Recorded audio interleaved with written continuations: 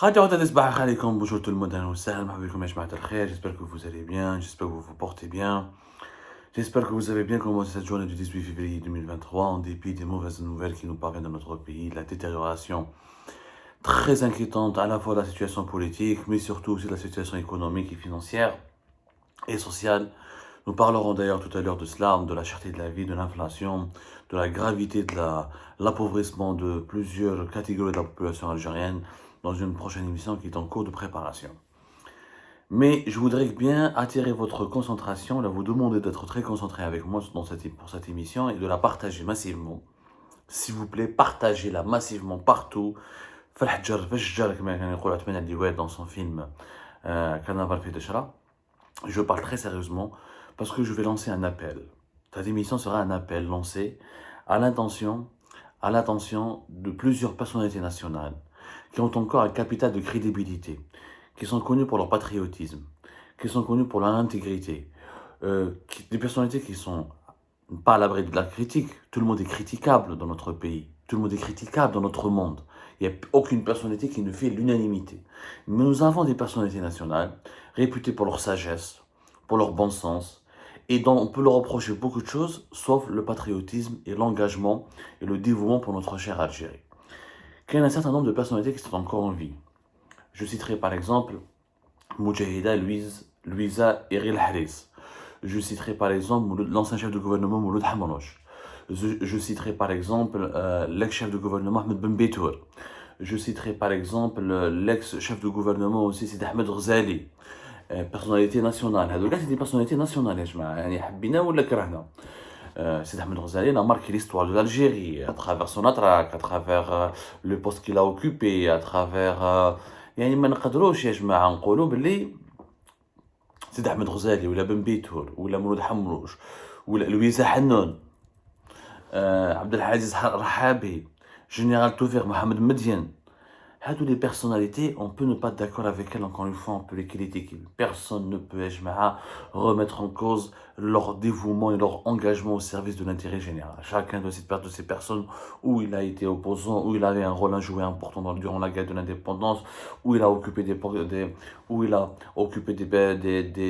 postes importants au sein de l'État algérien, comme pour Hamoud Hamourouch ou Ahmed Ghazali ou Ahmed Ben Betour. Ces personnes-là sont toujours en vie, ils sont âgés, entre 70 ans, 80 ans pour certains, 65 ans, 68 ans pour certains, qui m'a Hanoun. Je pense qu'ils devraient, franchement, constituer une délégation. Je dis bien constituer une délégation d'une quinzaine de personnalités nationales. Moi, j'ai proposé des noms. Le Moudjahidine, l'ancien militaire, ancien haut commis de l'État, politiciens et personnalités qui ont travaillé pour le service de l'État. C'est Ahmed Ghazali, Ben Bitoul, Mouloud Hamarouch, Louisa Hannon de l'opposition, Louisa Eril Haris, Moudjahidine, Général Toufer, Mohamed Medine, ex-patron des services secrets algériens. On peut trouver Ahmed Talib Brahimi, qui est âgé, mais qui est encore en vie. On peut ne pas l'aimer, on peut ne pas l'apprécier, mais on ne peut pas, encore une fois, lui contester son patriotisme et son engagement en faveur d'une Algérie meilleure. Les personnalités nationales, ils devraient faire un noyau, constituer un front, une délégation d'une quinzaine de personnes et demander en extrême urgence une audience à Abdelmajid Tebboune. Ils doivent demander une audience à Abdelmajid Tebboune. Abdelmajid Tebboune est le président de tous les Algériens. C'est un président de la République. Ça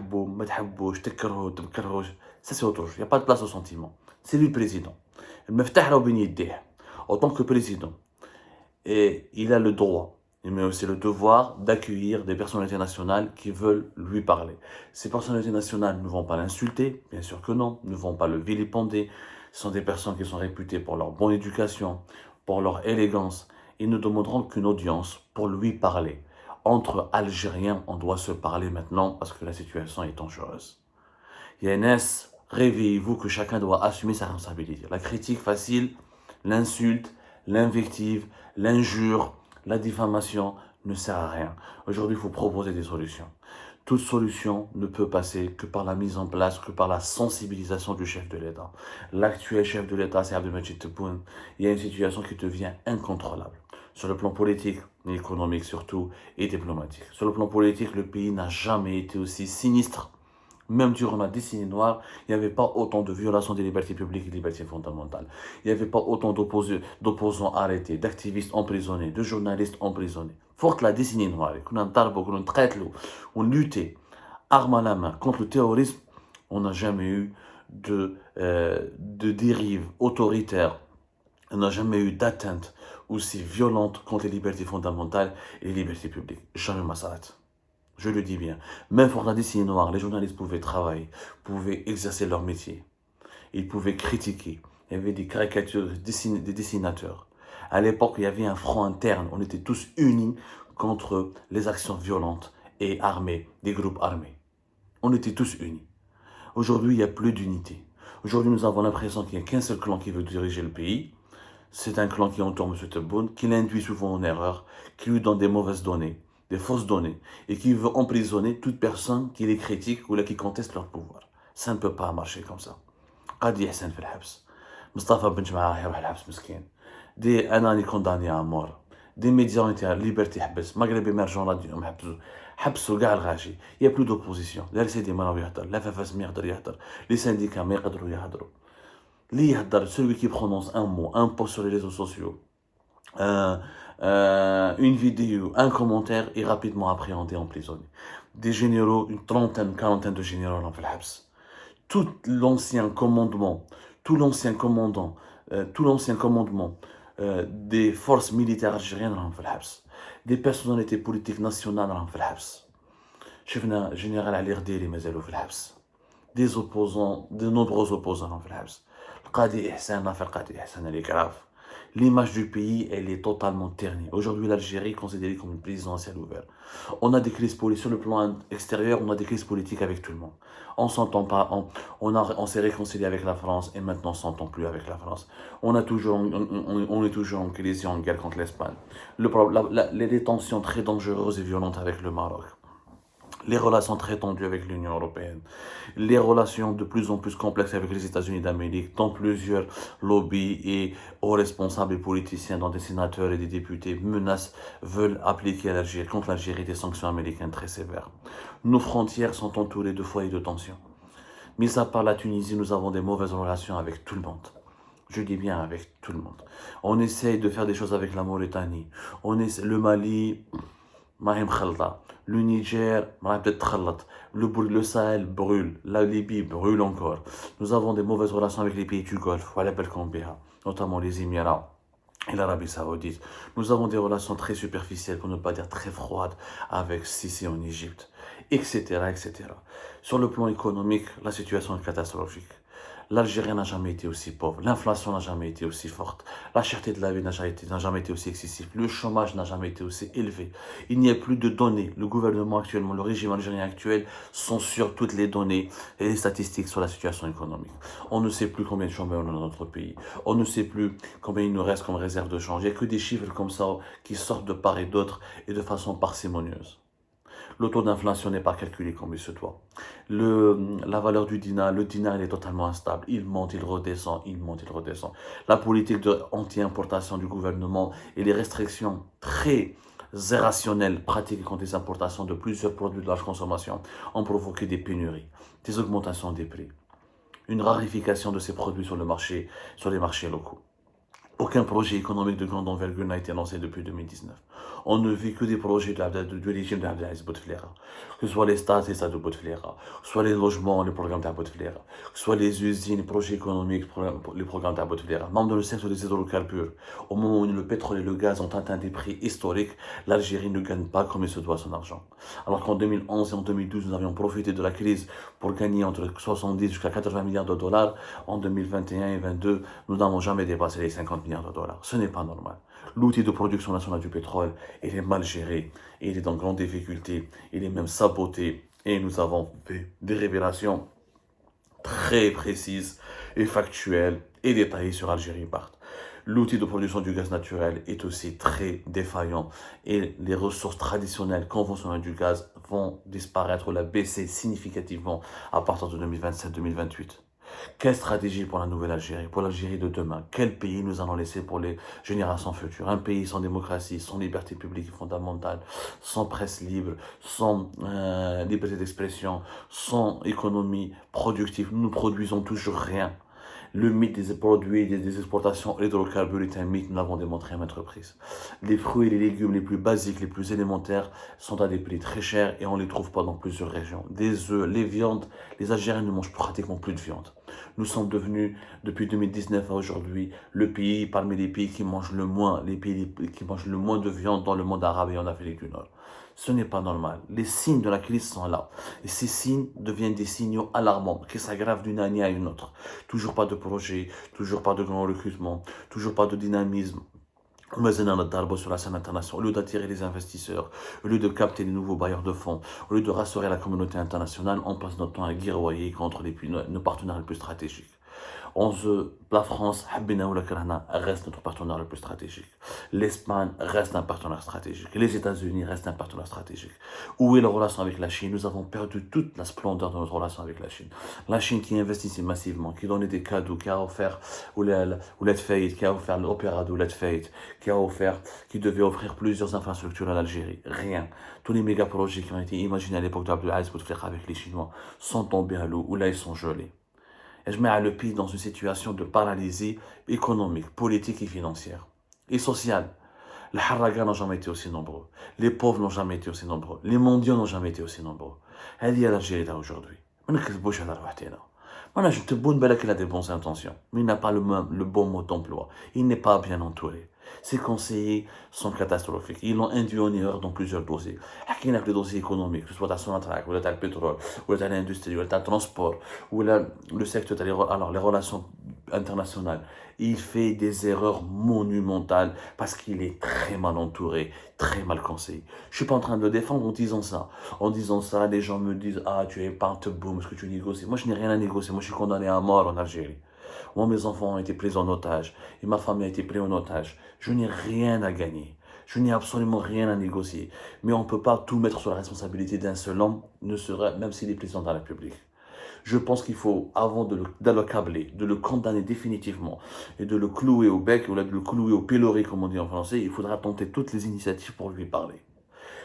Je pense que la meilleure solution pour le sensibiliser est la constitution d'un groupe de personnalités nationales, réputés pour leur intégrité, leur honnêteté, leur patriotisme et leur engagement. En Algérie, on n'aime personne. En Algérie, on a un défaut. On a dit du mal sur tout le monde. La médisance. Tout le monde parle sur tout le monde en Algérie. Personne ne fait l'unanimité. Mais il y a des personnes qui ont de l'expérience, qui ont du parcours, qui ont aussi de la crédibilité et de la notoriété. Ces personnes, je suis désolé, Sidi Ahmed Ghazali, pour moi, il a de l'expérience, il a du parcours, il a de la crédibilité. Général Toufer, il a du parcours, de l'expérience, de la crédibilité. Louisa Hannoun, Ahmed Ben Bitour, Mouloud Hamrouch, Ahmed Ali Talib Brahimi, etc. Il y a un certain nombre d'autres personnalités. Il y a des moudjahidines qui sont encore en vie. Il y a des anciens militaires qui sont encore respectables et respectés. Ces gens-là doivent demander audience à Abdelmajid Tebboune et lui parler et lui attirer son attention. Simple. Il faut lui dire: tu es le président, on te respecte, on te reconnaît, on te souhaite toute la réussite. Mais il y a certaines de ces orientations qui nous inquiètent. Il y a certaines orientations de la politique actuelle menée par le gouvernement algérien, menée par l'État algérien qui sont inquiétantes. On ne peut pas éternellement vouloir faire la guerre au Maroc, alors que nous savons très bien qu'une guerre sera terrible et terrifiante et son bilan sera catastrophique à la fois pour l'Algérie et pour le Maroc et surtout pour les deux peuples. On ne peut pas ne pas avoir un plan de relance économique, alors qu'on ne peut pas attirer des investisseurs étrangers quand on inquiète, quand on donne l'image que nous sommes une caserne, que tout le monde peut être arrêté à n'importe quel moment et que tout le monde peut partir en prison. On ne peut pas rassurer les bailleurs de fonds internationaux, ni les partenaires internationaux, tant que des ministres, des anciens premiers ministres, des généraux majeurs, des commandants de forces, des commandants suprêmes des forces militaires sont encore en prison. Cette politique de répression à tort et à travers, cette répression massive, cette politique cette politique, ces dérives, cet autoritarisme absolu ne va pas mener l'Algérie vers le meilleur. L'Algérie est un pays qui a besoin de respirer pour pouvoir créer, pour pouvoir inventer, pour pouvoir innover. C'est un pays qui a besoin cruellement de respirer. Nous avons vécu la décennie noire, nous avons vécu le printemps 1988. Les Algériens sont assoiffés de liberté. Ils ont besoin d'un seuil, d'un certain seuil. Même si ce seuil est limité, même s'il y a des lignes rouges, même si ce seuil comment dirais-je, il est encadré, soigneusement encadré, mais il faut ce seuil de liberté publique et individuelle pour retrouver l'unité nationale. Aujourd'hui, nous n'avons pas de front interne. Aujourd'hui, le pays est divisé. L'intelligentsia, une partie de l'intelligence, elle est contrainte à l'exil, une autre partie, elle est en prison, une autre partie, elle est harcelée, placée sous le contrôle judiciaire, une autre partie, est totalement démissionnaire, dégoûtée et fataliste. Comment on peut garantir la force de l'Algérie, comment on peut la protéger contre les agressions extérieures dans un monde, qu'on le veuille ou non, est en train de vivre une troisième guerre mondiale déguisée. D'ici peut-être la fin de ce mois de février, la guerre en Ukraine va s'aggraver avec une nouvelle offensive russe qui va aggraver les affrontements et l'Occident s'implique encore davantage. On a vu hier, le 17 février 2023, Emmanuel Macron, le président français, qui parle d'un renforcement des actions militaires contre la Russie, d'une plus grande implication des puissances européennes et occidentales dans la guerre en Ukraine, d'un renforcement des moyens militaires. L'affrontement entre les grandes puissances de ce monde devient de plus en plus inévitable. Les tensions géopolitiques très tendues les tensions de plus en plus élevées plutôt entre la Chine et les États-Unis d'Amérique. Nous vivons dans un monde dangereux, dans un monde de plus en plus inquiétant, dans un monde qui n'est pas sûr. Dans ce monde-là, l'Algérie a besoin de retrouver sa stabilité. La stabilité passe par un front interne, par une société civile qui est là, qui sera derrière le gouvernement, par une opposition constituée qui sera prête et qui sera une force de proposition, pas une force de destruction. Mais quand on n'a plus d'opposition, on n'a plus de société civile, on n'a plus de presse libre, un pays comme celui-là, qu'est-ce qu'il peut produire pour sa propre sécurité, pour son propre développement? Il ne peut rien produire. ما كاينش تلقى واحد تبونس et son clan vont se retrouver tout seuls à gérer tous les dangers qui guettent le pays. Ce n'est pas possible. Aucun homme, ne serait-ce que Jules César, ou Napoléon, ou Hitler, ou les plus grandes figures de l'histoire, Staline, ou Lénine, peu importe, n'ont jamais pu gérer des situations très complexes tout seuls.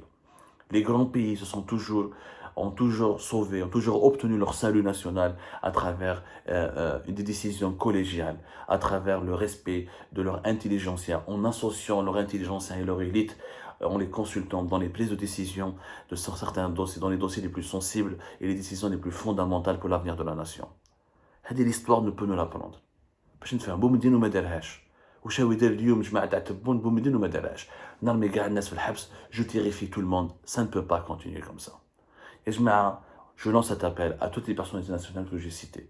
Mejnine Al-Toufer, Sidi Ahmed Ghazali, Mohamed Ben Beitoul, Mouloud Hamrouch, Louisa Hannoun, Louisa Eril Haris, des personnalités culturelles, Yasmina Khadra, Kamel Daoud, des chanteurs qui peuvent être des chanteurs, Eid Menguillet, toutes les personnalités culturelles, politiques et scientifiques peuvent se retrouver, constituer une délégation de 15 à 20 personnes et demander audience à Abdelmajid Tebboune pour lui parler sincèrement, les yeux dans les yeux. Personne n'est éternel au pouvoir. Mais l'Algérie est là, va rester. Quelle Algérie nous allons laisser, nous allons léguer aux petits-enfants et à nos enfants? L'Algérie de 2026-2027, dans le sillage des évolutions de ce monde complexe, la guerre en Ukraine, la crise énergétique, les crises financières, les crises socio-économiques, on doit penser aux conséquences de nos actes, aux conséquences de notre indifférence, aux conséquences du sous-développement de l'Algérie qui se prolonge à cause de la paralysie politique, économique et financière et socio-économique provoquée par une répression totale de toute forme d'intelligence qui émerge dans notre pays. Que ces personnalités nationales qui sont aujourd'hui âgées, avant de dormir ce soir, elles pensent à mon appel. Avant de mourir, elles pourront encore faire quelque chose pour leur pays, en sensibilisant Abdelmajid Tebboune, en essayant de lui changer son opinion, sa vision sur le climat politique et le climat des libertés publiques et démocratiques dans le pays, pour qu'on puisse trouver un processus de réconciliation nationale qui garantira l'unité du pays et qui pourra remettre en place un seuil de liberté publique et fondamentale tolérable aux yeux de la population comme aux yeux du pouvoir.